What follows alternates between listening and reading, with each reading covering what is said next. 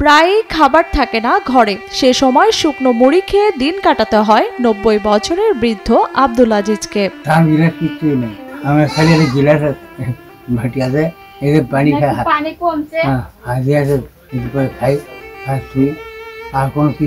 এমনকি এভাবে কেটে যায় টানা 3 দিনও।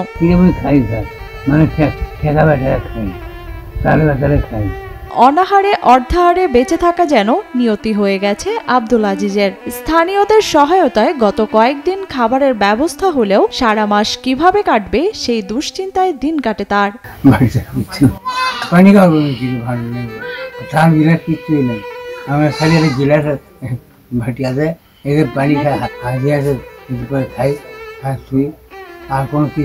বৃদ্ধ আব্দুল আজিজের থাকার জন্য একটি ঘর থাকলেও তার অবস্থা করুণ। ঘরে টিনের চাল থাকলেও তা দিয়ে বৃষ্টির পানি পড়ে ঘর ভিজে যায়। ঘরের চারদিকে বাঁশের বেড়া থাকলেও তার অবস্থা আরো করুণ। জীর্ণ সে বেড়া আটকে রাখতে পারে না বাতাস। অপরিষ্কার মানে নামাজ পড়ে পারে নামাজ নামাজ পড়ে পারি ঘরটা ভালো করে অনেক নামাজ তো যায় নাই, খালি 5 ওয়াক্ত নামাজ না, আরো নামাজ আছে সে নামাজ বলে পারি। গাইবান্ধার পলাশবাড়ী উপজেলার চকবালা গ্রামে আব্দুল আজিজের বাড়ি। একসময় নিজের 36 শতক জমি থাকলেও নদীগর্ভে চলে গেছে তার অধিকাংশ।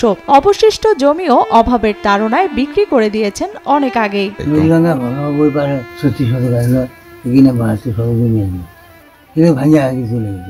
আব্দুল আজিজ থাকেন একা আলাদাভাবে। প্রায় 1 বছর আগে আব্দুল আজিজের স্ত্রীর মৃত্যু হওয়ায় তার দেখাশোনার জন্য নেই এখন কেউ। অভাবের কারণে 3 ছেলে ও 3 মেয়ের মধ্যে কেউ নেই আব্দুল আজিজের পাশে।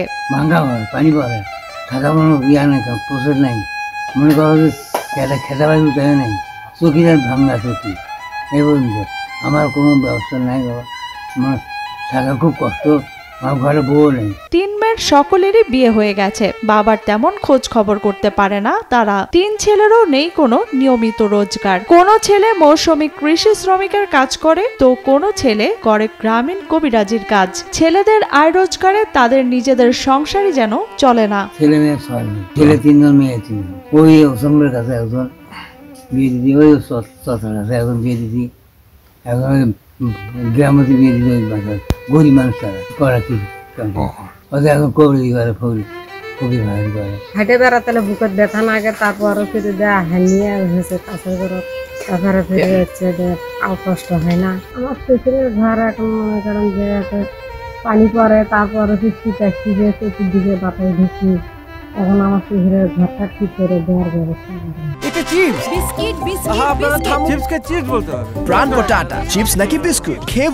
বছর খানেক আগে প্যারালাইসিসে আক্রান্ত হবার কারণে এখন কথা বলতে সমস্যা হয় আব্দুল আজিজের। মাঝে মাঝে স্পষ্ট করে কথা বলতেও পারেন না এ বৃদ্ধ।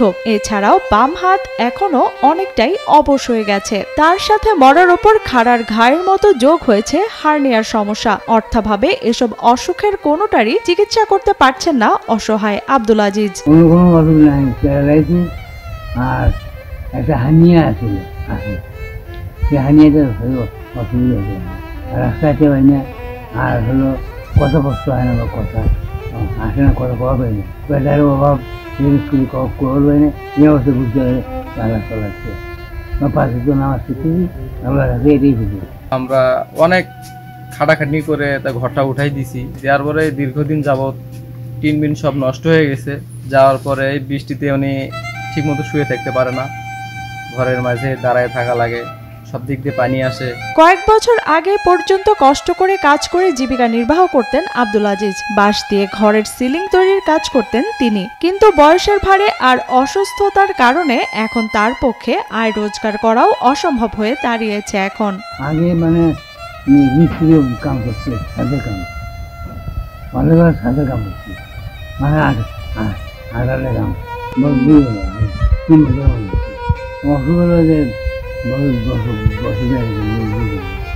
এদিকে অসহায় বৃদ্ধ আব্দুল আজিজের পাশে সমাজের বিত্তবানদের এগিয়ে আসার দাবি জানান স্থানীয়রা। কোনো বিত্তবান ব্যক্তি যদি ওনার পাশে এসে দাঁড়াতো, তাইলে হয়তো তিনি শেষ বয়সে ভালোভাবে চলতে পারতো।